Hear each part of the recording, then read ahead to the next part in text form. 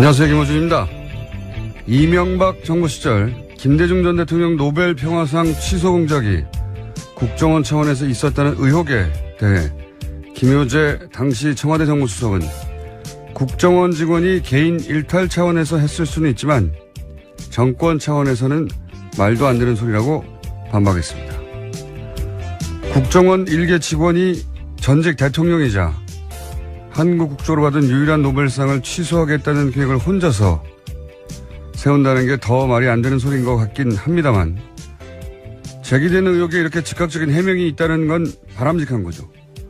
수많은 사안들이 연속적으로 터져나온 상황에서 분명 억측도 있을 수 있으니 당사자 이야기도 당연히 들어봐야 합니다. 그런데 김효재 전 수석님 해명이 필요한 중대 사안이 또 있어요. 다스 최대 주주인 이상은 씨가 자신의 아들이 아니라 이명박 전 대통령의 아들에게 다스의 알짜 계열사들 사장 자리를 다 줬습니다. 자신의 아들은 오히려 직급도 낮추고 좌천시키고, 왜 자기 아들이 아니라 조카한테 회사를 주는 걸까요?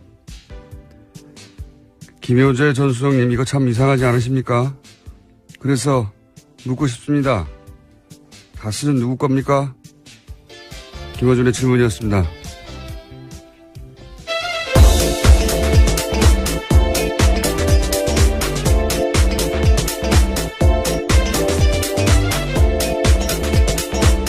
시사인의 김은지입니다. 자, 오늘도 뉴스가 아주 많이 쏟아진 날이네요. 네, 적폐에 관련된 소식들이 정말 많습니다. 요즘 분물처럼 아주 터져나오고 있어요. 네.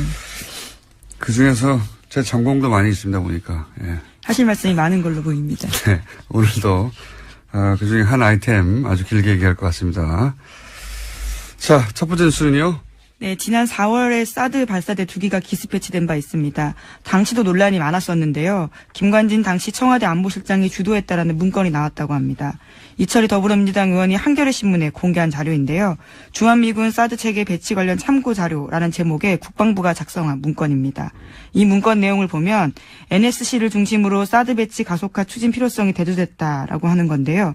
당시에 NSC 상임위원장이 김관진 실장이었습니다. 이건 뭐 오래전부터 나왔던 얘기죠. 예. 근데 이제 이번에 아주 구체적인 문건이 나온 건데, 2번을 앞당겼다는 거 아닙니까, 내용이? 네, 그렇죠. 원래 임시 배치는 2017년 9월로 되어 있었는데, 차기 정부가 결정하도록 한다, 라고 9월 배치를 얘기했다가 2번 바뀌었는데 어떻게 바뀐 거죠? 예, 박근혜 대통령 탄핵안이 국회에서 가결되자 김관진 전 실장이 서두르기 시작합니다. 그러면서 2017년 5월안을 제시하도록 하는데요. 하지만 국방부에서는 2017년 9월안과 2017년 5월안을 비교해서 5월로 당기는 게 별로 실익이 없다라고 보고했다고 합니다. 이거 뭐 당연한 이야기죠. 9월이나 5월이나 변하는 건 없는데, 탄핵안이 가결된 게 변한 거죠. 예. 그리고 나서 또 한 번 4월 말로 바뀌는 거 아닙니까? 이거는 이제 탄핵이 된 거죠. 예, 그렇죠. 3월 달에 이제 헌법재판소 결정이 나오고 나니까 또 한 번 바꾸는데 5월 임시 배치에서 4월 말 임시 배치로 바꾸게 됩니다. 그러니까 9월 달에서 5월 달로 바꾸는 것도 국방부에서도 이거 뭐 왜 이러냐, 실익도 없는데 라고 한 상황이었고, 그거보다 더 말도 안 되는 건 5월이었던 거를 이제 4월로 바꾼 거는 단 하나의 이유입니다. 탄핵이 되고 조기 대선이 실제가 되니까 그때는 이제 자신이 마음대로 할 수 없을 거 아닙니까? 그러니까 자신이 마음대로 할 수 있을 때 반드시 배치하겠다는 아주 강력한 의지인 거죠. 다음 정부가 들어서기 전에 반드시 배치하겠다는. 여러 차례 얘기했지만 이름으로 해서 지금 이제 미국, 중국, 북한 사이에 우리가 외교적으로 군사적으로 활용할 수 있는 카드를 완전히 잃어버렸다라는 차원에서 반역죄 준하게 처벌해야 된다고 저는 봅니다. 예. 단순히 무기 하나가 배치됐다는 게 아니고 이로 인해서 얼마나 큰 어려움을 겪고 있어요, 지금. 대북 관계에서도 뭐 할 게 없어요. 중국하고 관련해서도 피해를 입은 기업들이 너무 많고, 예. 미국과의 줄다리기에서도, 무슨 활용할 카드가 없습니다. 예. 이건 엄청난 죄다. 반역죄 준하는 처벌을 해야 된다. 저는 그렇게 생각이 드는데 문제가 나온 만큼 수사도 이루어지겠죠 이제. 네, 더 속도를 붙일 것으로 보입니다. 다음 뉴스는요. 네, 또 이번에도 문건 이야기인데요. 박근혜 정부가 삼성 경영권 승계 과정을 지원하려던 새로운 정황이 담긴 내부 문건이 또 나온 겁니다. 이것은 더불어민주당의 이재정 의원이 공개한 내용인데 2014년 7월 달에 당시 청와대 민정수석실이 작성한 문건입니다. 여기에 내용을 보면 이건희 회장을 왕으로 이재용 부회장을 세자로 비유했는데요. 그러면서 왕이 살아있는 동안 세자를 잡아줘야 한다라고 적었습니다. 그러니까 경영권 승계에 세자 대해서 자리를 잡아줘야 한다. 예, 그렇죠. 세자를 잡아줘야 된다가 아니고. 아, 예, 그렇죠. 세자 자리를 잡아줘야 한다라고 적었습니다. 네. 세자를 잡아버렸어요, 근데. 네. 청와대가 왜 사기업 승계를 나서서 걱정을 해주냐. 예. 승계 문제가 삼성의 아킬레스라는 거를 파악하고 있었고, 반대급부를 이미 오래전부터 생각해왔다는 일종의 반증 아니겠는가. 파악해보라고 하고, 실제 파악하고, 살아있는 동안 세자 자리를 잡아줘야 한다고 하고. 예, 아주 구체적인 내용들이 더 나온 겁니다. 본인들은 그럼 뭐라고 생각했을까요? 이건희 회장을 왕이라고 하고 세자라고 하면 본인들은 황제라고 생각했을까요? 예. 하여튼 그런 문건이 나왔습니다, 또. 자, 다음 뉴스는요? 네, 또 이번엔 다스 관련된 소식인데요. 이명박 전 대통령의 아들 이시영 씨가 올해 2월에는 다스 본사의 회계 재무관리를 총괄하는 직책도 맡았다라고 합니다. 그러니까 올해 2월 1일자로 넘겨받은 건데요. 작년 말부터 올해 초까지 중국 다스 법인 4곳의 대표를 넘겨받았고 또 이어서 자금관리까지 맡은 겁니다. 이건 기업들이 잘 하는 짓이에요. 그러니까 회사를 다른 사람한테 맡겨놨다가 이제 되돌려 받는 겁니다. 그러니까 자식에게 물려줄 때 이렇게 해요.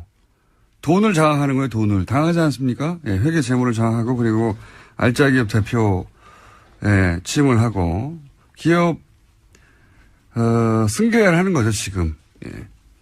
승계를 받는 사람이 진짜 주인입니다, 보통. 근데 지금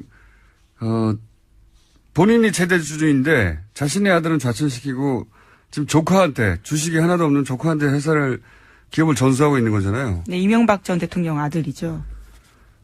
이거는 그럼 둘 중에 하나밖에 없는 거예요. 이시영 씨가 이명박 전 대통령의 아들이 아닌 겁니다. 알고 보니까. 갑자기 이렇게 아침 드라마 소재를. 형님 아들인 거예요. 알고 봤더니. 예. 그렇지 않으면 실소유주가 이명박 전 대통령이거나 이렇게 의심할 수밖에 없는 정황이 계속 추가적으로 나오네요. 예. 저희가 약 한 달 반 전부터 계속해서 다스의 실소유주가 누구냐 얘기 계속 해왔는데 JTBC에서는 전혀 다른 각도에서 특종을 연일 내고 있습니다. 굉장히 중요한 뉴스고요. 자, 다음 뉴스는요? 네, 14군 알바단, 그러니까 시발단 관련된 소식도 있습니다. 2012년 대선 직전에 박근혜 대통령, 그러니까 새누리당 후보를 지지하는 불법 선거운동 조직이었었는데요. 당시에는 윤정근 목사만 처벌됐습니다.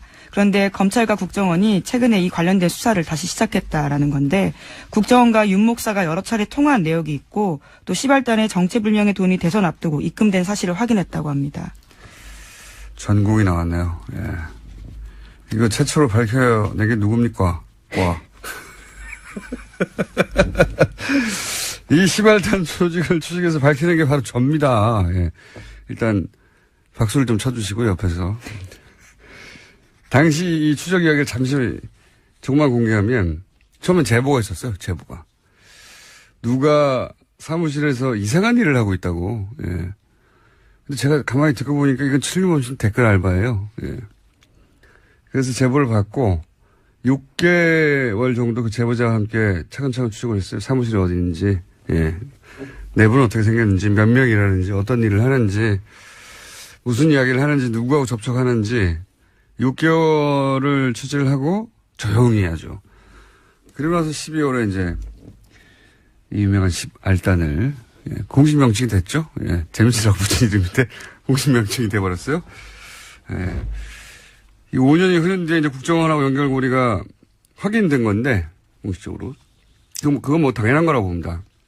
왜냐하면 당시 윤 목사 본인의 입으로 자기를 지원하는 사람이 국정원과 연결되어 있다고 본인이 말을 했고. 네, 그렇게 밝혔었죠. 네, 녹취가 나왔었습니다. 그때. 네, 나온 게 공개를 했죠. 예, 김어준 총수가 공개했었습니다. 당시. 근데 그 녹취가 있는데도 수사를 안 했을 뿐입니다. 예. 당시에. 국정원 연구관은 그때 이미 드러났고, 진짜 중요한 거는 국정원이 아니라 더 중요한 건 이 시발단이 박근혜 캠프와 연결이 되어 있었어요. 예. 윤 목사 본인 입으로 당시에 박근혜 후보 보좌관과 계속 연락하고 있다고.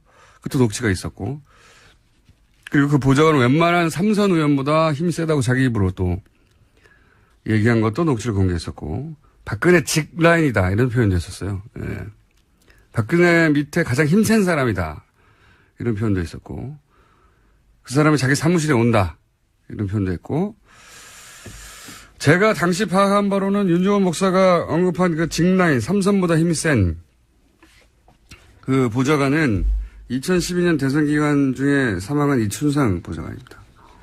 이미 사망하신 분이라 어차피 수사를 할 수도 없을 것 같아서 제가 그냥 얘기하는데. 당시 교통사고로 숨졌었습니다. 예. 이춘상 보좌관은 지금은 문고리 3인방이라고 하는데 4인방의 선임이었죠. 예. 그래서 힘이 가장 센 보좌관이 맞고. 여간 당시 그 윤 목사 언급한 보좌관이 이춘상 보좌관이었고요. 예. 그러니까 시발단이라고 하는 거는 박근혜 캠프하고 직접 연결되어 있었고, 국정원이 그러니까 박근혜 캠프를 지원한 겁니다, 그냥. 이거 뭐 댓글 알바하고는 다른 거예요. 박근혜 캠프를 국정원이 직접 지원했다. 국정원이 박근혜 당선을 위해서 뛰었다. 예. 이게 지금 수사를 통해서 과연 제대로 밝혀질 수 있는지 저는 모르겠는데, 관련자들이 사망한 분도 있고, 예. 당시 제가 파악하기로는 그랬습니다. 예. 그런데 그때 검찰 수사는 자발적 선거운동이었다. 이런 식으로 마무리 짓고 끝났었습니다. 이게 또 말이 안 되는 게요. 본인이 해명을 하면서 뭐라고 그랬냐면 왜 국정원과 관련이 있다고 그랬냐. 그러니까 국정원이 아니라 국정일보하고 관련 있는 걸 내가 잘못 말했다. 이런 식으로 얘기했거든요. 국정일보. 말도 안 되는 소리인데. 그러면서 뭐라고 그랬냐면 자신의 비즈니스 파트너가 국정일보 관련 일을 한다고 했는데 운영한다고 했던가요? 비즈니스 파트너라고 그러면 서로 주고받는 거래가 있어야 될 거 아니에요. 예. 본인이 한 일은 당시 댓글 다는 거예요. 트위터하고. 그 일을 하는데 상대가 이익을 줬으면 최소한 댓글 알바는 한 겁니다. 그렇죠? 그리고 본인도 그런 얘기를 했어요. 녹취도 있는데 공짜로 하는 게 아니다. 예. 내가 이 일을 공짜로 하는 게 아니다. 그리고 지금은 지금 거론되고 있지 않은데 전곡이 나오니까 할 말이 많네요. 예. 당시에 이런 말도 합니다. 국정원은 안철수가 대선에 나오는 걸 알고 있었기 때문에 자기한테 안철수 쪽으로 가라. 그래서 준비를 하고 있었는데 국정원이 막판에 다시 박근혜 쪽으로 가라. 해서 왔다. 이렇게 설명을 해요. 예, 대화 중에. 이 대목도 저는 재수사 필요하다고 보는 것이 두 가지를 알 수 있는데 국정원은 당시 야당 후보를 분열시키는 공작도 굉장히 열심히 했다. 또 하나는 여러 시발단 사무실을 운영하면서 그중 여기 배치하기도 하고 저기 배치하기도 하고 임무에 따라 배치했다는 거죠. 예. 윤정훈 목사 자신도 다른 사무실 얘기를 합니다. 그때 사무실끼리 경쟁 체제고 사무실 구조는 다 비슷하게 만들어놨고 자기도 방문을 해봤고 예. 그런 얘기도 하거든요. 그중에 하나를 제가 잡은 것뿐이고 이 재수사를 제대로 하면 대규모 조직이 나올 수 있다. 예. 처음 이런 얘기 했을 땐 제가 음모론자 소리를 지겹도록 들었는데 큰 소리 빵빵 치고 있습니다. 제가. 자, 이 윤 목사 사건은 시발단 사건은 윤 목사 혼자가 아니라 여러 사무실 중에 하나였다. 당시 제가 파악한 정황으로는. 네, 그래서 현재 검찰도요 관련된 전방위적으로 계좌를 추적하고 있다라고 합니다. 그래서 국정원이 사무실을 운영하면서 임무에 따라 배치했다. 예. 그리고 요 윤 목사 것만 특정하자면 박근혜 캠프하고 직접 연결됐다. 예. 국정원이 박근혜 당선을 위해서 그냥 직접 뛴 거예요. 선거운동을 한 겁니다. 그냥 직접적으로. 제가 당시 파악하기는 그랬는데 이번에 밝혀질지는 모르겠네요. 자, 다음 뉴스는요. 네, 이명박 정부의 국정원이 또 관제 데모를 위해서 단체를 직접 만들었다라는 뉴스도 있습니다. 검찰은 당시 국정원 직원들로부터 진술을 확보했다라고 하는데요. 단체를 동원하기 쉽지가 않자 대표자를 섭외해서 아예 없던 단체를 만들었다라는 겁니다. 그 단체 이름이 자유대한수호실천본부, 대한민국 바로세우기 본부라고 하는데요. 국정원 퇴직자의 명의를 빌려서 만들었다라고 합니다. 며칠 전에 저 얘기 한번 한 것 같네요. 어버이연합도 자생적으로 생겼는데 접근을 해서 지원한 게 아니라 애초 탄생부터 국정원이 관여한 거 아니겠는가 그런 의혹이 생길 수밖에 없다고 했는데 바로 또 뉴스가 나와주네요. 예, 근데 물론 두 단체 대표는 현재 여전히 부인하고 있다고 합니다. 자발적 활동이었고 사업가의 후원을 받았다. 국정원 직원인지 몰랐다. 이렇게 혐의 부인하고 있다고 합니다. 국정원 직원이 자신들이 만들었다고 진술을 했는데요, 뭐. 예. 그 사람들이 부인을 할 수는 있겠으나 이 단체가 하나밖에 없겠는가. 예. 몇 년 전에 사람들이 의혹으로 가졌던 게 다 사실로 드러나고 있어요. 예. 단체가 한두 개가 아닐 거라고 봅니다. 예. 자, 실제 국정원이 직접 만들어서 내보내서 데모하고 돈 주고 한, 앞에 자유가 붙으면 다 의심해 봐야 된다고 했었는데, 예, 자유 대한수호실천본부라는 곳에, 정치가 처음 드러난 거군요. 구체적으로. 대한민국 바로세우기 만들기 본부? 뭐 이것도 마찬가지고. 자유, 대한, 애국, 이런 거 들어간 거 의심해 봐야 됩니다, 다. 그런 식으로 만들었거든요. 의미 있는 단어들인데 모두 오염돼 버렸습니다. 그걸 욕할 수가 없잖아요. 자유, 대한, 애국을 말하는데, 예. 자, 다음 뉴스는요? 네, 박근혜 전 대통령 구속기한이 오는 16일 밤 12시까지입니다. 그래서 어제 구속 연장 여부를 보고 법원에서 검찰과 변호인이 붙었습니다. 법원은 이번 주 안에 추가 구속영장 발부 여부 결정하겠다고 밝혔습니다. 이건 결정되면 논평을 하기로 하고요. 예. 저는 발부된다에 50원을 겁니다. 너무 적네. 500원을 겁니다. 예. 자, 다음 뉴스는요? 네, 관련해서 박근혜 전 대통령 동정과 관련된 짧은 소식도 있는데요. 동아일보 보도입니다. 박 전 대통령이 요새 대망이라는 일본 소설을 읽고 있고 또 1심 재판 끝난 후에는 적당한 시기에 꼭 하고 싶은 말이 있다라고 주변의 뜻을 밝혔다라고 합니다. 하고 싶은 말이요? 예. 그래서 주변에서 해석하기로는 정계복귀 등 본인의 역할과 관련된 구상을 밝히려는 거 아니겠느냐라는 말이 나오고 있다고 동아일보가 보도했습니다. 예. 친박 진영의 판타지죠. 예. 정계복귀를 어떻게 합니까? 오랜 시간 수감돼 계셔야 되는데. 자, 다음 뉴스는요. 네, 조윤선 전 청와대 정무수석 관련된 뉴스도 있습니다. 어제 박근혜 전 대통령 재판에서 나온 증언인데요. 2014년 세월호 특별법 제정을 촉구하면서 단식하던 문재인 대통령에게 자살 방조라는 비난 여론을 조성할 것을 직접 지시한 정황이 나왔다라고 합니다. 관련된 행정관의 업무 수첩 내용인데 2014년 9월 23일자에 조윤선 수석 지시, 문재인 단식 피켓팅 시위 동료, 문재인 끌어내기, 자살 방조, 괄호하고 죽음의 정치 이렇게 쓰여 있다고 합니다. 재밌는 거는 이게 이제 박근혜 전 대통령 측의 유영아 변호사가 제기했다는 거예요. 예. 박근혜 전 대통령을 살리기 위해서 이제 조윤선 전 수석은 이제 보내는 거죠. 조윤선 전 수석 지시로 문재인 끌어내기, 자살 방조 뭐 등등.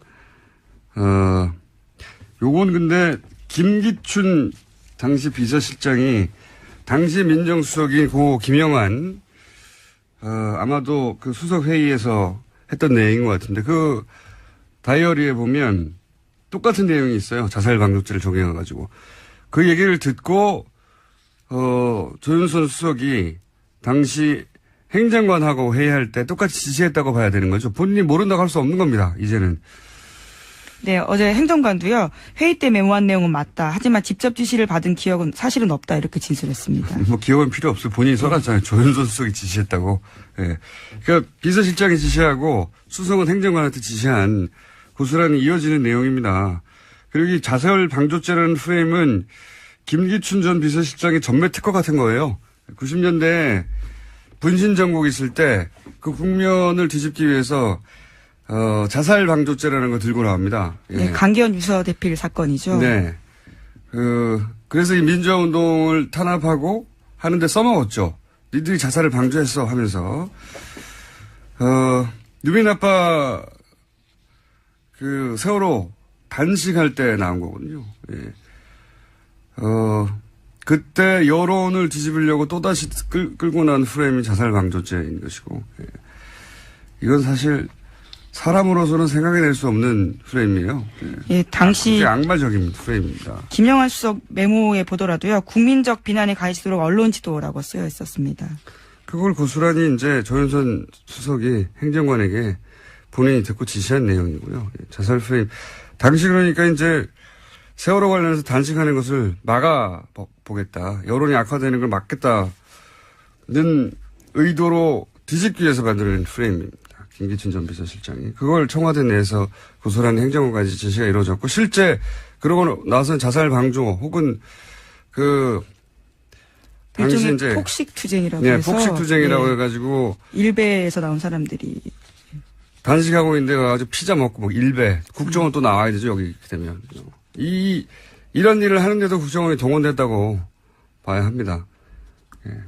그리고 이런 일을 지시했던 불의인은 김기춘 비서실장이었고요. 수행자는 조윤선 수석이었던 겁니다. 그런 문건이 예상치 못하게 박근혜 전 대통령 측으로부터 제시되었다. 이게 재밌는 대목이에요. 예. 박근혜 전 대통령이 내가 지시한 거 아니야 라는 말을 하기 위해서 조윤선 수석을 보내네요. 여기까지 하겠습니다. 시사인의 김은지였습니다. 감사합니다. 뉴스공장에서 오래전부터 준비해온 시리즈가 있습니다. 예. 문재인 정부 장관들을 만나다. 장관들을 만나기 너무 힘들어요. 시리즈는 오래전부터 준비했는데 김상조 공정위원장 스타트로 저희가 장관급 인터뷰를 쭉 이어가려고 계획을 세웠으나 한 번도 진행이 되지 못하다가 김상조 위원장 출연 이후 거의 한 달 반 만에 장관님을 이제 모셨습니다. 네. 스튜디오에 나와주신 첫 번째 장관님, 김은경 환경부 장관님, 반갑습니다. 네, 안녕하세요. 반갑습니다. 그리고 감사드릴 수밖에 없는 게 반갑기도 하지만, 저희가 여러 장관님들 인터뷰 요청을 했는데, 그 악마의 속으로 내가 왜 들어가냐면요. 다들 거절하시는데 이렇게 기꺼이 속으로 입장을 해주셔서 감사를 드립니다. 아, 저도 사실은 좀 겁납니다. 네. 실무자들이 말렸을 것 같은데 굳이 나오셨으니 할 수 없습니다. 이제 이미 늦었고요. 예. 반갑습니다. 네. 자, 이 질문부터 드려볼게요. 문재인 정부 초대 장관, 초대 내각에 일원으로 지명됐을 때 네. 기분이 어떠셨습니까? 여러 가지 생각이 들죠. 네. 네. 역시 나는 잘났어. 네. 글쎄요. 그거보다도 이제 조금 정말 해보고 싶었던 일을 할 수 있을까 뭐 그런 생각이 들었던 것 같아요. 해보고 싶었던 일이 환경 문제는 예나 제나 굉장히 많은 것들이 있죠. 실제로는 국민들이 환경 이렇게 생각하는 영역은 행정이 하는 영역보다 훨씬 넓습니다. 그래서 에너지 문제가 생기면 이것도 환경이다. 화학물질 사고가 터지면 이것도 환경이다. 그렇죠. 식품 문제 안전성부터 다 이렇게 생각하잖아요, 국민들은. 근데 실제는 이제 그런 정책 영역들이 환경에 들어와 있지도 않고요. 그런 정책들이 환경의 가치를 가지고 가지도 않는 게 이제 그동안의 상황이었죠. 이제 그런 것들이 조금 환경이라는 가치로 좀 바뀌어야 되는 필요들이 있는데요. 저는 이제 참여정부에서부터 계속 그렇게 해왔으니까, 이번에는 좀 그렇게 할 수 있을까? 감당할 수 있을까? 이런 생각이 좀 들었죠. 그때는 참여정부 시절에는 지속가능 비서관이라는 네. 게 있었죠. 네, 지속가능 비서관이라는 게 실제로는. 이름이 참 이상합니다. 지속가능 비서관. 비서관을 오래 하고 싶다는 뜻인 것 같아요. 그렇게 보실 수 있는데요. 사실 당시에는 이제 환경비서관이 없었어요. 네. 그 시절에는 환경비서관이 없었고, 그래서 환경 쪽의 이야기들을 다른 부처들하고 이렇게 같이 조정하거나 이런 이제 기능들을 중간에서 좀 했죠. 여전히 이제 환경적인 가치들을 중요하게 보았지만, 네. 그래서 기분이 책임감을 느끼셨다는 얘기입니까? 아니면 걱정이 앞섰다는 얘기인가? 아니면 기쁨은 그 중에 몇 퍼센트 정도 됐습니까? 그걸 어떻게 달아보나요, 그래도 기쁘긴 하셨죠? 그럼요. 근데 왜 경선 때는 문재인 캠프가 아니라 안희정 캠프에 계셨어요? 제가 안희정 문재인보다는 안희정이 더 대통령감이다 이렇게 생각하신 거 아닙니까? 그거는 아니고요. 저는 이제 몇 년 동안, 오랫동안, 한 5, 6년 동안 그 충청남도의 정책 자문을 하고 있었어요. 네. 그랬기 때문에 그냥 여전히 뭐랄까, 공약 환경 분야에 이런 거 만들어드리고 그랬죠. 네. 지금도 뭐 안희정 지사 좋은 대통령 될 거라고 믿습니다. 앞으로는? 네. 그럼 지난 경선 때도 문재인보다 낫다고 생각하신 거 아닙니까? 그러니까 그 캠프에 계셨죠. 예. 하지만 또 장관 지명을 하니까 바로 오시는 거고. 감사하게 생각했습니다. 장관 임명을 기대하시긴 하셨어요?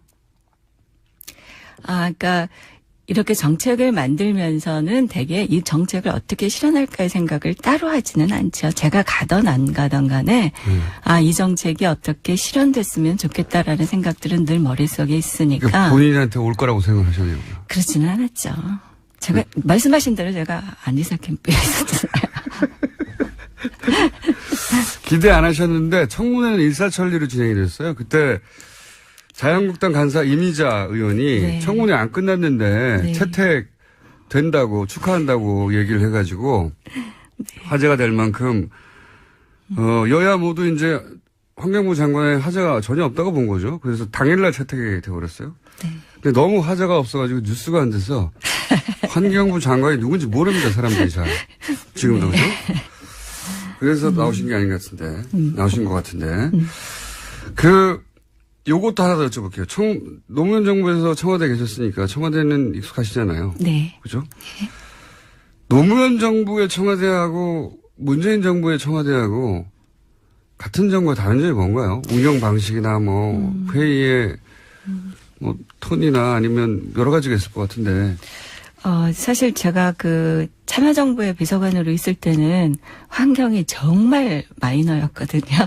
그래서 그러고 비서관이어서 국무회의 하면 뒤에 배석하고 있거나 그것도 저희 이슈가 있을 때만 들어가서 배석을 하거나 이랬으니까 이제 다른데요.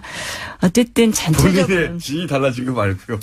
전체적으로는 그 분위기는 굉장히 훨씬 더 긍정적이고 밝고 에너지도 있고 이제 이런 것들이 굉장히 차이가 있고요. 밝고 그때는 어두웠어요? 참여정부는 사실 여러 가지 일을 겪었죠. 그래서 중간에 탄핵 문제도 있었고 또 이게 지지나 이런 면에 있어서도 굉장히 어려운 점이 많았죠. 초반부터 보수 매체에 집중적인 공격을 받았죠. 네, 집중적인 공격을 받기도 했고 저희로서 황당했던 거는 실제로 바깥에서 이제 시민사회랑 같이 논의하던 주제들을 들고 들어가도 이 보수한테 막 깨져도 밖에서 아무도 와가지고 안 도와주고 그랬다는 식이었죠. 별로 그렇게 신나는 여건은 아니었죠. 그래서 고립무원의 느낌을 많이 받았군요. 굉장히 당시에. 많이 그랬죠. 대통령께서도 그러셨을 것 같아요. 당시에. 네. 근데 그때와 비교하자면 분위기가 많이 바뀌었습니까? 예, 지금은 굉장히 긍정적인 에너지들이 많고요. 또 제가 무엇보다도 굉장히 좀 환경적인 관점에서 좋다고 생각하는 거는 예전보다 부서 간의 이런 소통, 또는 정책을 통합적으로 보는 것, 이런 것들이 훨씬 많이 바뀌어 있어서요.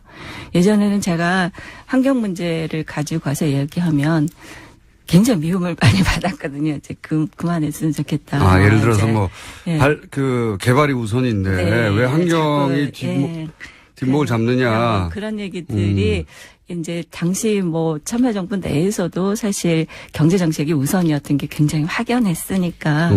근데 환경정책이 그런 거는 어려운데 지금은 대통령께서 일단 그 장들을 다 만들어 주시기도 하고요. 지금은 그렇게 얘기하는 것 자체가 저의 임무다 이렇게 인정을 해 주시니까 제가 임명장 받을 때 대통령께서 앞으로 이제 환경부 장관은 국가정책의 모든 측면에서 환경적인 관점의 문제를 제대로 적극적으로 얘기하셔야 됩니다. 이렇게 얘기를 하셨으니까 엄청난 지금 빽이 생긴 거죠. 그러니까 이제 다른 부처의 이야기들을 하는 게 어렵지 않죠. 환경과 무관한 부처가 사실상 없잖아요. 없어요. 맞습니다. 사람 사는 게 모두 환경에 둘러싸여 있는 건데 이제 그걸 인정해 주기 시작한 거군요. 네, 그렇습니다. 운이 좋은 시절에 장관이 되셨어요. 저 그렇게 생각해요. 근데 왜 안희정 캠프에 계셨어요? 오늘의 주제가 이건가요? 자, 현안 그러면 몇 가지 여쭤볼게요. 네. 환경부 얘기 나올 때 가장 먼저 나온 게 물관리 일어나라는 네. 얘기였어요. 네. 이게 왜 중요한 겁니까? 물관리 일원화는 이제 그동안에 우리가 한 20년 이상을 이 물관리 일원화가 필요하다라고 얘기를 해왔어요. 굉장히 오래전부터. 거의 뭐 94년 그때의 물이 이제 환경부로 오면서부터 이제 문제 얘기가 됐었는데요. 참여정부에서도 이 문제가 굉장히 심각했었거든요. 네. 그래서 참여정부에서도 물관리 일원화를 하려고 몇 번을 시도를 했었어요. 물관리 일어나라는 게 뭔가요, 무슨? 지금 물을 관리하는 행정부처가 여럿이에요. 네. 그래서 그 생활용수, 공업용수 이것만 해도 지방상수도 이건 환경부 쪽에서 관리했고 광역상수다라 그래서 큰 댐을 만들어서 멀리 관을 깔아서 물을 보내는 이거는 다 국토부의 수자원공사가 있어요. 수자원공사. 네. 그 지금도 또 그 이외에도 농업용수는 농림부가 하고요. 산업 또 그 공장에서 쓰는 물 이런 거는 또 산업부에서 하고요. 또 하구 이런 거는 또 해수부하고 연결되어 있고요. 이제 많은 부서들이 이걸 이제 나누어 갖고 있어요. 이거 왜 또 이렇게 나눠줬을까요? 그러니까 행정이라는 게 어떤 경우에서 100%딱 맞게 잘라지지는 좀 않는 것 같아요. 그건 영역이. 맞아요. 예. 그렇기 때문에 어떤 목적을 주로 하느냐에 따라서 그 시대에 맞는 행정 수요 그런 거에 따라서 이제 영역들이 갈라지는 것 같았는데요. 그때 생겨왔군요, 이렇게. 그렇죠. 예. 근데 이제 우리나라의 물관리는 특히나 이제 그 전쟁 겪고 우리나라 뭐 만들고 이랬을 때 인프라가 없었을 당시에 사회적 인프라를 까는 게 굉장히 중요한 일이었죠. 그때는 건설이. 그럴 시기에 이제 그쪽하고 같이 해서 대형 댐을 짓는다든가 이런 사업들이 굉장히 오랫동안 유지가 되었죠. 근데 이제 이렇게 오랫동안 해왔는데도 지금 보면 우리가 한쪽에서는 물 부족이라고 그러고 한쪽에서는 또 홍수가 나고 또 재해도 심각하게 나고 뭐 이런 것들이 굉장히 동시에 느껴지잖아요. 통합관리가 안 되고 예, 그런데 그러니까 지금까지 우리가 투자했던 방법으로는 이 문제들을 해결하기 어렵다라는 거죠. 그거 당연한 것 같은데 그럼 왜 안 됐습니까, 이때까지? 그게 이제 부서별로 나누어져 있으니까 각각의 부서들은 자기들이 생각하는 영역들이 있고 또 부처라는 게 자기들이 예산을 받아서 사업을 하는 걸 누리는 쪽으로 가는 게 그렇죠. 일반적이죠. 예. 그러니까 예를 들면 어떤 이제 지금 뭐 물 부족이 가장 심각하다고 하는 충청남도 서쪽 지역에 제가 안지사를 도왔기 때문에 이걸 잘 알고 있습니다만 그쪽 지역에 지금 물 부족하다라고 하는 쪽을 대표적으로 예를 들어보면요. 예전에는 거기도 다 지방상수도들이 있었어요. 근데 거기다가 이제 큰 댐을 짓는 거죠. 보령댐 이렇게 지어놓고 지방상수도를 다 없앴어요. 이상하죠? 네, 이것도 국가가 투자한 거고, 이것도 국가가 투자한 거잖아요. 근데 이거는 국토부에서 투자한 거고, 이거는 이제 지자체하고 환경부가 지원해 이런 사업들이었죠. 근데 이걸 다 중복 없앴어요. 투자도 생기고. 중복 투자가 심각한 거죠. 그래서 이게 뭐 4조가 중복 투자됐다, 뭐 이렇게 감사원한테 지적하고 이러는 일들이거든요. 근데 이렇게 됐는데 그 결과가 어떠냐면 지방상수도로 했던 걸 다 없애고 광역상수도 하나에다 의존하면서 지금 물 부족 문제가 이 지역에 굉장히 심각해지는 거예요. 왜냐하면 비는 모든 곳에 내리잖아요. 예. 근데 이거를 댐 하나에 받는 것보다는 어디서나 다 받는 게 좋은 거잖아요. 상식적으로. 그렇죠. 예. 근데 지금 우리는 물을 큰 댐에 가두는 거 말고는 빨리 빼서 내보내는 게 치수예요. 물을 지역에서 이렇게 잘 관리를 못해요. 그러면서 댐을 막아놓으니까 또 하천은 물이 마르면서 이게 생태계도 안 좋고 물 수질도 안 좋고 총체적으로 문제가 있는 거죠. 그래서 그게 물 관리를 일어나 하는 거군요. 네. 물 관리를 일어나 하는 거는 당연히 해야 될 것 같은데 왜 안 되고 있는 겁니까, 그러면? 네, 그런데 이제 기존에 부처가 뭐 모든 부처가 기본적으로 이기적이죠. 특별히 특정 부처가 그런 게 아니라 그건 저는 자연스럽다고 생각하는데 하지만 이제 청와대 단위에서 국가 단위에서 이렇게 하면 될 수 있을 것 같은데 왜 안 되고 있는 거죠?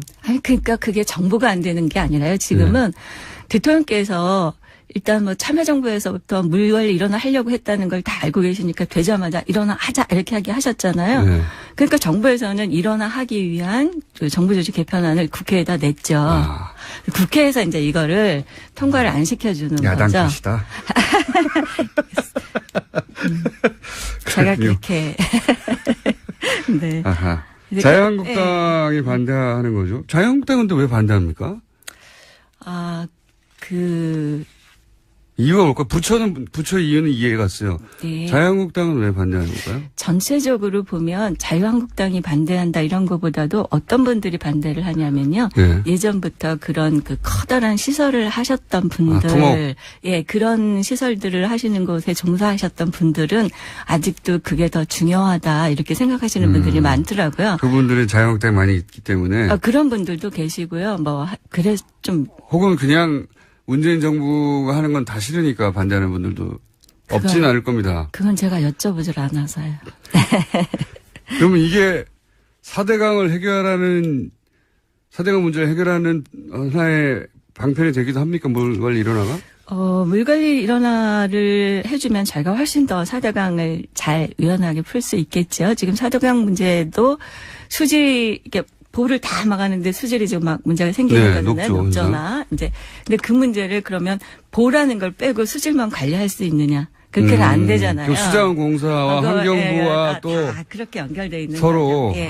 그러니까 이거를 한 부처에서 할 수가 없다 이런 게. 거죠. 예, 그러니까 이거를 통합해 주면 저희가 보를 이제 조절을 해가면서 방법을 찾아가면서 어떻게 할 건가 크게 이제 논의할 수 있겠죠. 이 녹조 문제를 쉽게 해결하지 못하는 것도 이렇게 복잡하게 얽혀 있는 그런 것들. 부처 간의 관계 때문이기도 한 거군요. 네, 그런 면도 있습니다. 지금 잘 해결이 안 되고 있죠.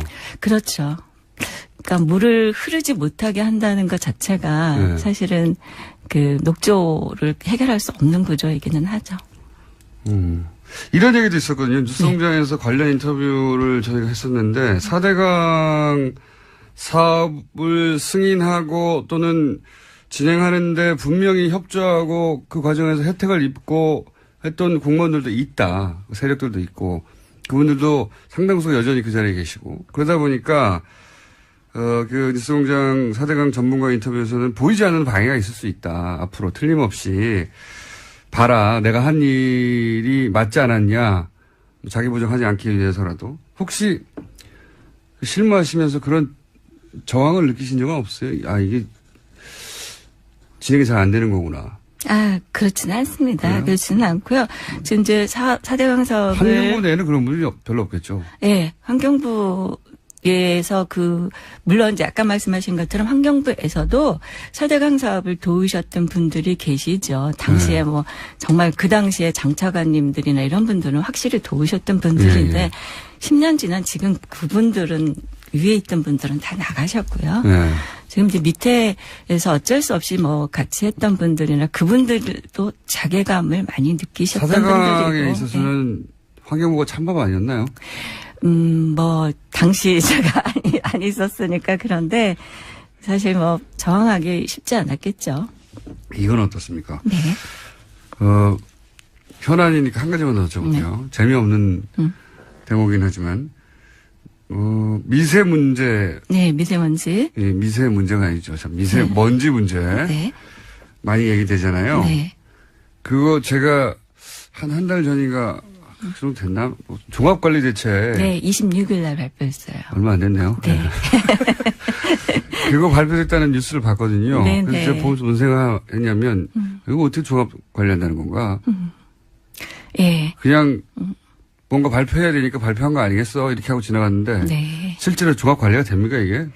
종합관리 해야죠. 된다고 하고 안 된다고 안 하고 이럴 수 있는 상황이 지금 아니죠. 많은 사람들이 미세먼지 때문에 건강에 네. 이제 위해를 입기도 하고 조기 사망률도 굉장히 높고 이제 이런 거잖아요.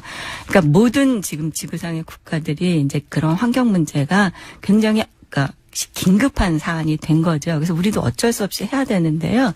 어떻게 저감합니까? 저감하는 거는 굉장히 자동차도 덜 타셔야 되고요. 네. 공장도 공장을 돌릴 때에도 네. 방지 시설 같은 걸 굉장히 많이 해야 되고요. 필요하면 방향을 줄이는 것. 예를 들면 석탄 발전소 같은 거는 석탄발전소. 네, 엄청나게 미세먼지의 중요한 원인들이 원인입니까? 되죠. 많이 하죠. 이제 석탄 발전소뿐만 아니라 산업들이 이제 그런 것들이 많죠. 예, 그런 것들을 줄이거나 방향을 바꾸거나 좀 좋은 에너지로 쓰거나 또는 방지 시설들을 훨씬 더 강화하거나 이런 노력들이 다 들어가야죠. 그러면 안 되진 않죠. 그렇게 해서 몇 퍼센트나 줄인다는 계획이 나온 겁니까? 그러니까 22년 그 대통령 임기까지 저희가 30% 줄이는 걸 목표로 하고 있어요. 30%? 네. 김은경 환경부 장관과 인터뷰 중입니다. 저희가 장관님, 제가 오늘 굉장히 부드럽다는 거 아십니까? 아, 다음 장관님을 모시기 위해서 제가 아, 일찍 나오기 잘한 건가요? 평상시보다 훨씬 부드럽게 하고 있습니다. 네. 평상시라면 안희정 캠프 왜 갔냐고 한 10분 동안 얘기했을 거거든요. 괴롭히고. 예. 10분이 아니라 1분만 괴롭히고 넘어갔습니다. 또 한 가지 여쭤볼게요. 네. 사드 환경 영향 평가 이거 환경부가 하는 거죠. 네. 사드가 환경부하고 상관은 없을 거라고 생각했는데 가만 생각해 보니까 사드의 환경 영향 평가를 환경부에서 합니다. 네. 제가 궁금한 거는 이 문제를 과연 환경부가 네. 막강한 그 실세 부처도 아닌 환경부가 원래 환경부는 막강한 실세 부처였던 적이 별로 없어요. 네, 없어요. 지금도. 예. 오로지 환경만의 기준으로 평가할 수 있을까? 이 국제적 사안이 되어버린 정말로 그럴 수 있을까요? 이게 미국, 중국, 막 북한 다 관련돼 있고 아, 그렇게 생각하시니까. 정치적 고려 없이 오로지 환경의 문제 관점으로만 평가할 것이냐? 예. 아, 그러니까 그게 예. 뭐가 다르냐면은요. 국민들이 많이 그러세요. 그러니까 사드를 설치해야 되느냐 안 되느냐까지를 환경부가 판단해야 된다? 그건 못해요. 그건 아니죠. 네. 네. 그럼 사드를 설치하는데 환경에 어떤 영향이 그렇죠. 있느냐? 그건 제가 해요. 그렇죠. 할 수가 있어요, 저희가. 그거를 아무런 정치적 고려 없이 환경만 생각하고 할 수 있느냐 이거죠. 예, 그렇게 했습니다. 그렇게 하고 있어요? 네. 지금 우리가 이제 너무 간단하게 말씀하시죠. 아, 예, 정말이에요. 소규모 영향 평가. 그러니까 그게 많은 분들이 그게 굉장히 그 다른 기대를 가져요. 그 환경영향평가에다가 환경영향평가를 통해서 이 사업이 안 되게 했으면 좋겠다던가 혹은 빨리 처리해버리자든가. 그러니까 이런 기대를 가지시는데 네. 그런 걸 제거하고 나서 정말 환경영향평가가 해야 하는 법적인 것들을 정확하게 하는 거는 어렵지 않습니다. 그래요? 네. 그거는 그것을 그렇게 하고 있죠. 가지고 네. 그럼에도 불구하고 혹은 그렇기 때문에 판단은 대통령이 하겠지만 그거는 다른 문제거든요. 환경부는 오로지 환경만 생각하시고 환경만 생각하면 그건 어렵지 않습니다. 대통령이 저한테 주문하신 것도 그거고요. 그래요? 네. 딴 건 생각하지 말고 환경 문제는 저한테 환경적 측면에서의 국방 문제를 얘기할 수는 있지만 제가 국방 관점에서 사드가 어떠냐 이거 못하는 거죠. 그렇죠. 환경에 대해서는 그럼 딴 거 네. 고려하지 말고 환경만 예, 얘기하는 건 신뢰를 많이 받고 계시네요. 아, 그래서 이번에 근데 왜 저희가 안희정 캠프에 계셨어요?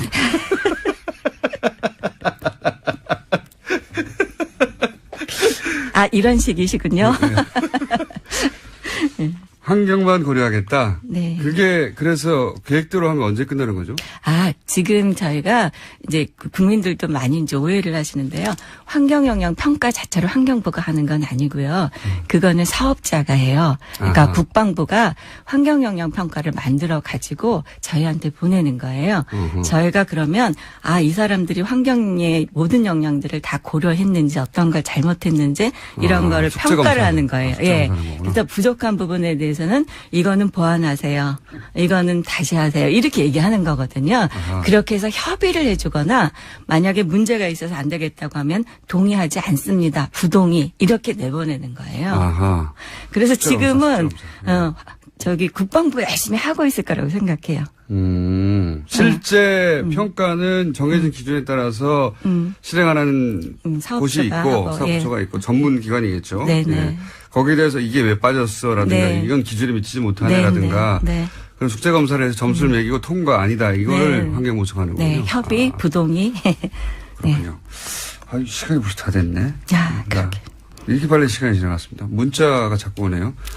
제가 게스트고 장관님이 진행자의 목소리라고. 네. 저도 그렇게 생각합니다. 국감이잖아요. 네. 내일인가요? 내일부터네요. 40초밖에 안 남았는데 국감 준비는 잘 되셨어요? 예, 잘 하고 있습니다. 국감에 어떻게 할지 잘 모르겠어요. 국무회의 하면 마지막 질문인데 누가 제일 말이 많습니까? 청와대에서. 이낙연 총리인가요? 공정위원장이신 것 같아요. 김상정 위원장이 말이 제일 많습니까? 맞습니다. 말솜씨는 누가 제일 좋나요? 다 톤이 다른 것 같아요. 저희 문화체육부 장관님은 거의 시적으로 얘기를 하시고요. 예. 한 번 더 모시겠습니다. 네. 감사합니다. 네, 감사합니다. 김은경 환경부 장관이었습니다. 다른 장관님들 나와주세요. 안녕하세요. 김호준입니다. 이명박 정부 시절 김대중 전 대통령 노벨 평화상 취소 공작이 국정원 차원에서 있었다는 의혹에 대해 김효재 당시 청와대 정무수석은 국정원 직원이 개인 일탈 차원에서 했을 수는 있지만 정권 차원에서는 말도 안 되는 소리라고 반박했습니다. 국정원 일개 직원이 전직 대통령이자 한국 국조로 받은 유일한 노벨상을 취소하겠다는 계획을 혼자서 세운다는 게 더 말이 안 되는 소리인 것 같긴 합니다만 제기되는 의혹에 이렇게 즉각적인 해명이 있다는 건 바람직한 거죠. 수많은 사안들이 연속적으로 터져나온 상황에서 분명 억측도 있을 수 있으니 당사자 이야기도 당연히 들어봐야 합니다. 그런데 김효재 전 수석님 해명이 필요한 중대 사안이 또 있어요. 다스 최대 주주인 이성은 씨가 자신의 아들이 아니라 이명박 전 대통령 아들에게 다스의 알짜 계열사들 사장 자리를 다 줬습니다. 자신의 아들은 오히려 직급도 낮추고 좌천시키고 왜 자기 아들이 아니라 조카한테 회사를 주는 걸까요? 김효재 전 수석님 이거 참 이상하지 않으십니까? 그래서 묻고 싶습니다. 다스는 누구 겁니까? 김어준의 질문이었습니다.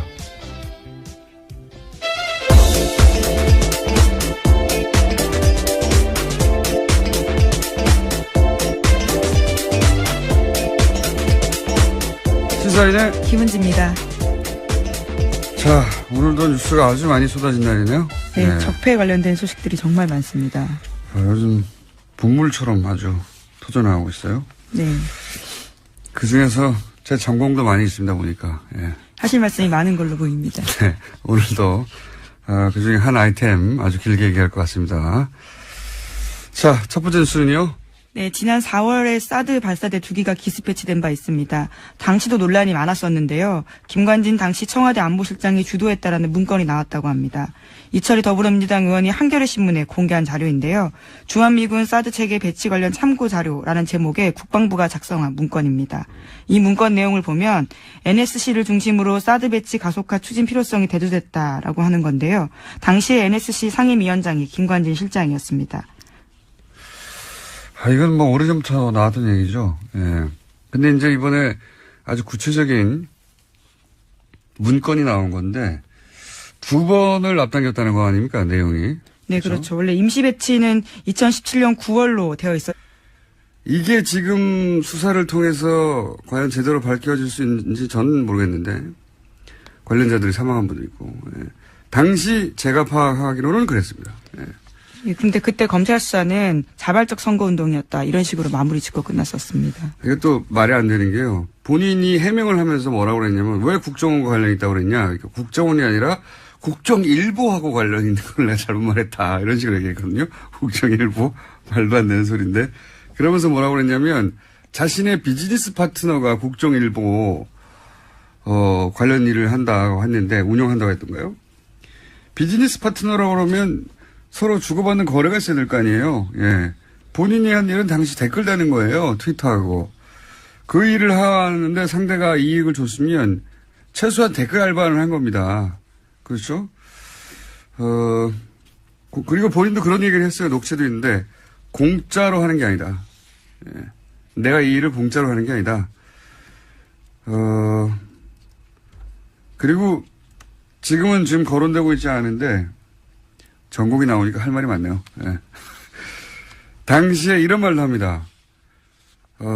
국정원은 안철수가 대선에 나오는 걸 알고 있었기 때문에 자기한테 안철수 쪽으로 가라.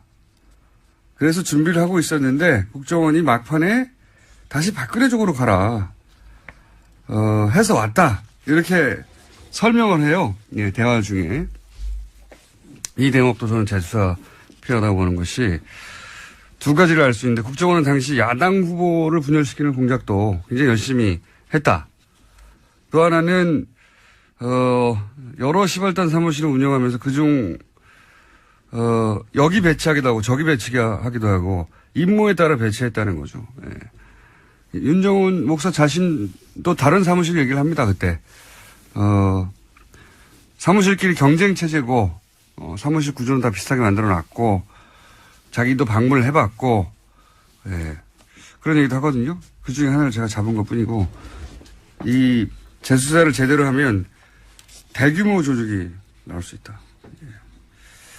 처음 이런 얘기 했을 땐 제가 음모론자 소리를 지겹도록 들었는데 큰 소리 빵빵 치고 있습니다.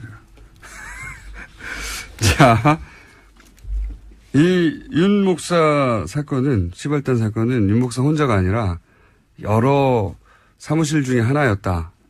당시 제가 파악한 정황으로는. 네, 그래서 현재 검찰도요 관련된 전방위적으로 계좌를 추적하고 있다라고 합니다. 그래서 국정원이 사무실을 운영하면서 왜 사기업 승계를 나서서 걱정을 해주냐. 예. 승계 문제가 삼성의 아킬레스라는 거를 파악하고 있었고 반대급부를 이미 오래전부터 생각해왔다는 일종의 반증 아니겠는가. 파악해보라고 하고 실제 파악하고 살아있는 동안 세자 자리를 잡아줘야 한다고 하고. 예, 아주 구체적인 내용들이 더 나온 겁니다. 본인들은 그럼 뭐라고 생각했을까요? 이건희 회장을 왕이라고 하고 세자라고 하면 본인들은 황제라고 생각했을까요? 예. 하여튼 그런 문건이 나왔습니다, 또. 자, 다음 뉴스는요? 네, 또 이번엔 다스 관련된 소식인데요. 이명박 전 대통령의 아들 이시영 씨가 올해 2월에는 다스 본사의 회계 재무관리를 총괄하는 직책도 맡았다라고 합니다. 그러니까 올해 2월 1일자로 넘겨받은 건데요. 작년 말부터 올해 초까지 중국 다스 법인 4곳의 대표를 넘겨받았고 또 이어서 자금 관리까지 맡은 겁니다. 이건 기업들이 잘 하는 짓이에요. 그러니까 회사를 다른 사람한테 맡겨놨다가 이제 되돌려 받는 겁니다. 그러니까 자식에게 물려줄 때 이렇게 해요. 돈을 장악하는 거예요, 돈을. 당하지 않습니까? 예, 회계 재무를 장악하고 그리고 알짜 기업 대표 취임을 하고 기업 승계를 하는 거죠, 지금. 예. 승계를 받는 사람이 진짜 주인입니다, 보통. 근데 지금 본인이 최대 주주인데 자신의 아들은 좌천시키고 지금 조카한테 주식이 하나도 없는 조카한테 기업을 전수하고 있는 거잖아요. 네, 이명박 전 대통령 아들이죠. 이거는 그럼 둘 중에 하나밖에 없는 거예요. 이시영 씨가 이명박 전 대통령의 아들이 아닌 겁니다. 알고 보니까. 갑자기 이렇게 아침 드라마 소재를. 형님 아들인 거예요. 알고 봤더니. 예. 그렇지 않으면 실소유주가 이명박 전 대통령이거나 이렇게 의심할 수밖에 없는 정황이 계속 추가적으로 나오네요. 예. 저희가 약 한 달 반 전부터 계속해서 다스의 실소유주가 누구냐 얘기 계속 해왔는데 JTBC에서는 전혀 다른 각도에서 특종 의견을 내고 있습니다. 굉장히 중요한 뉴스고요. 자, 다음 뉴스는요. 네, 십자군 알바단 그러니까 시발단 관련된 소식도 있습니다. 2012년 대선 직전에 박근혜 대통령 그러니까 새누리당 후보를 지지하는 불법 선거운동 조직이었었는데요. 당시에는 윤정훈 목사만 처벌됐습니다. 그런데 검찰과 국정원이 최근에 이 관련된 수사를 다시 시작했다라는 건데 국정원과 윤 목사가 여러 차례 통화한 내역이 있고 또 시발단의 정체불명의 돈이 대선 앞두고 입금된 사실을 확인했다고 합니다. 전국이 나왔네요. 예. 이거 최초로 밝혀낸 게 누굽니까? 와. 이 시발단 조직을 추적해서 밝히는 게 바로 접니다. 예. 일단 박수를 좀 쳐주시고 옆에서. 당시 이 추적 이야기를 잠시 정말 공개하면 처음엔 제보가 있었어요. 제보가. 누가 사무실에서 이상한 일을 하고 있다고. 예. 근데 제가 가만히 듣고 보니까 이건 틀림없이 댓글 알바예요. 예. 그래서 제보를 받고 6개월 정도 그 제보자와 함께 차근차근 추적을 했어요. 사무실이 어디 있는지, 예. 내부는 어떻게 생겼는지, 몇 명이 일하는지, 어떤 일을 하는지, 무슨 이야기를 하는지, 누구하고 접촉하는지, 6개월을 취재를 하고 조용히 하죠. 그리고 나서 12월에 이제 이 유명한 알단을 공식 명칭이 됐죠. 예. 재밌으라고 붙인 이름인데 공식 명칭이 돼버렸어요. 예. 이 5년이 흐른 뒤에 이제 국정원하고 연결고리가 확인된 건데, 공식적으로. 그건 뭐 당연한 거라고 봅니다. 왜냐하면 당시 윤 목사 본인의 입으로 자기를 지원하는 사람이 국정원과 연결되어 있다고, 예, 본인이 말을 했고. 네, 그렇게 밝혔었죠. 예, 녹취가 나왔었습니다, 그때. 예, 나온 게, 공개를 했죠. 예, 김어준 녹취를. 총수가 공개했었습니다, 당시. 근데 그 녹취가 있는데도 수사를 안 했을 뿐입니다. 예, 당시에. 국정원 연관은 그때 이미 드러났고, 진짜 중요한 거는 국정원이 아니라 더 중요한 건 이 시발단이 박근혜 캠프와 연결이 되어 있었어요. 예.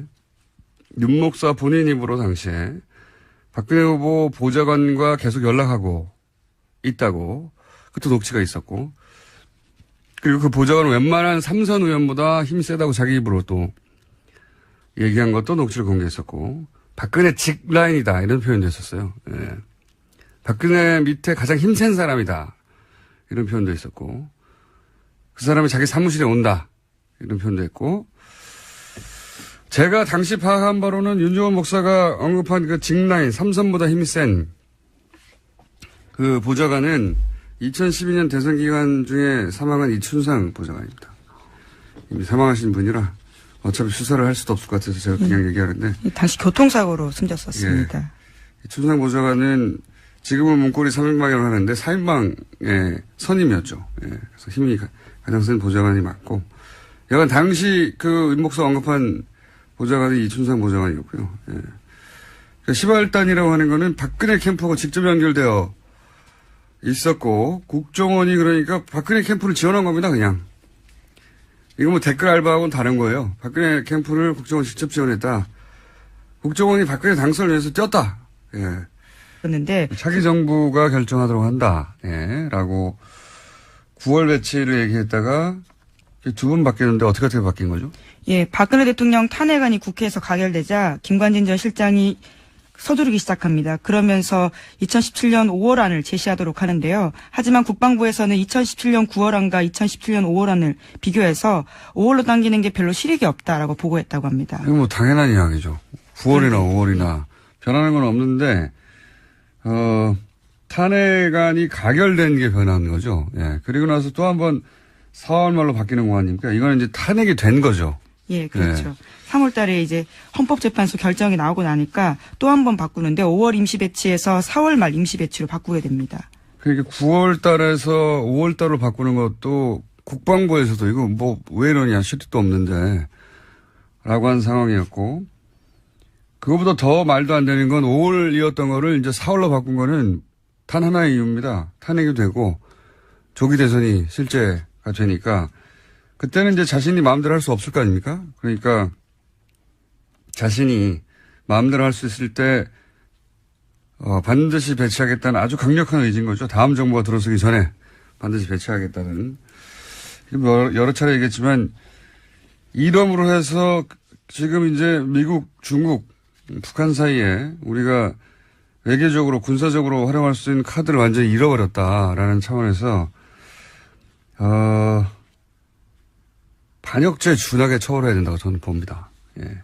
단순히 무기 하나가 배치됐다는 게 아니고 이로 인해서 얼마나 큰 어려움을 겪고 있어요, 지금. 대북 관계에서도 뭐 할 게 없어요. 예. 중국하고 관련해서도 피해를 입은 기업들이 너무 많고, 예. 미국과의 줄다리기에서도 무슨 활용할 카드가 없습니다. 예. 이건 엄청난 죄다. 반역죄 준하는 처벌을 해야 된다. 저는 그렇게 생각이 드는데, 문제가 나온 만큼 수사도 이루어지겠죠, 이제. 네, 더 속도를 붙일 것으로 보입니다. 다음 뉴스는요? 네, 또 이번에도 문건 이야기인데요. 박근혜 정부가 삼성 경영권 승계 과정을 지원하려던 새로운 정황이 담긴 내부 문건이 또 나온 겁니다. 이것은 더불어민주당의 이재정 의원이 공개한 내용인데 2014년 7월 달에 당시 청와대 민정수석실이 작성한 문건입니다. 여기에 내용을 보면 이건희 회장을 왕으로, 이재용 부회장을 세자로 비유했는데요. 그러면서 왕이 살아있는 동안 세자를 잡아줘야 한다라고 적었습니다. 그러니까 경영권 승계에 세자 자리를 대해서 잡아줘야 한다. 예, 그렇죠. 세자를 잡아줘야 된다가 아니고. 아, 예, 그렇죠. 세자 자리를 잡아줘야 한다라고 적었습니다. 네.